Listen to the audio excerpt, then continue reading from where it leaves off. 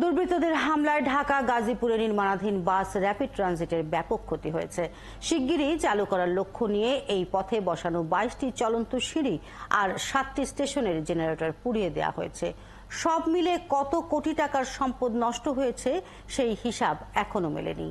BRTA, MRT ও expressway সহ নানা প্রকল্পের ক্ষতি নির্ধারণে 8 সদস্যের কমিটি করা হয়েছে। আরো জানাচ্ছেন নয়নাদিত্য। শিক্ষার্থীদের আন্দোলনকে কেন্দ্র করে গেল শুক্রবার উত্তরায় ছিল উত্তাল পরিস্থিতি।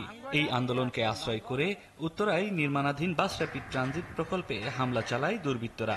আগুন দেওয়া হয় বিআরটির 22টি চলন্ত সিঁড়িতে। শিগগিরই চালু করার লক্ষ্য নিয়ে কিছুদিন আগেই এই সিঁড়িগুলো স্থাপন করা হয়। পুড়িয়ে দেওয়া হয় বাস র্যাপিড ট্রানজিটের বিভিন্ন স্টেশনের লিফট, জেনারেটর সহ সবকিছু।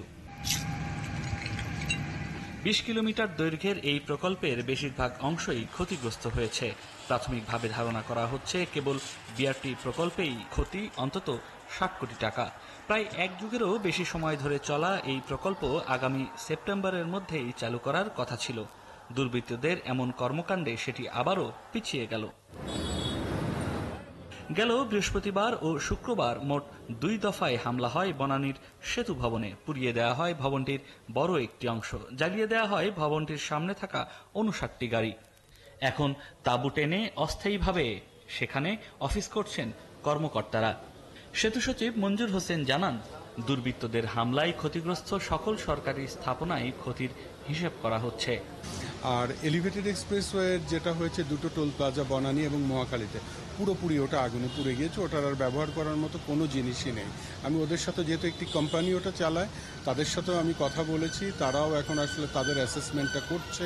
সেই অ্যাসেসমেন্টগুলো শেষ হওয়ার পরে হয়তো পুরোপুরি ক্ষতি কতটুকু হয়েছে সেটা বলতে পারবো। আমাকে প্রাথমিকভাবে যেই ক্ষতি নির্ধারণের কমিটি যারা রয়েছে তারা বলেছে প্রায় 400 কোটি টাকার মতো আমাদের সেতু বিভাগের বা সেতু ভবনের যেটি এলিভেটেডেরটা বাদেই সেটা এই ক্ষতির পরিমাণ জানতে 8 সদস্যের তদন্ত কমিটি করা হয়েছে।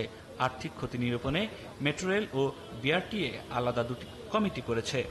গুরুত্বপূর্ণ দলিল সহ অন্য বিভিন্ন ইকুইপমেন্ট সেগুলো কিন্তু লুটপাট করে নিয়ে যাওয়া হয়েছে। ফলে এই জায়গায় আমরা একটা 7 সদস্যের কমিটিও করে দিয়েছি। তারা কাজ করছে। যেই আমাদের যে বিআরটি বাস স্টেশনের মধ্যে যে লিফট রয়েছে সেই লিফটগুলো পুড়িয়ে দেওয়া হয়েছে। তো এইগুলোও হচ্ছে আলাদা করে বিআরটির থেকে হবে, কিন্তু আমাদের সেতু ভবন এবং এই সেতু বিভাগ এবং বিবিএ যেটা বাংলাদেশ সেতু কর্তৃপক্ষ, তাদের ক্ষতিপূরণের জন্য তাদের যে পরিমাণ ক্ষতি হয়েছে সেটা নির্ধারণের জন্য কমিটি কাজ করছে। দুর্বৃত্তদের এমন তাণ্ডবে কেবল আর্থিক ক্ষতিই নয়, শেষ হয়ে আসা এসব প্রকল্পের কাজেও লাগবে অনেক বাড়তি সময়, বাড়বে প্রকল্প ব্যয়ও। নয়ন আদিত্য, 71, ঢাকা।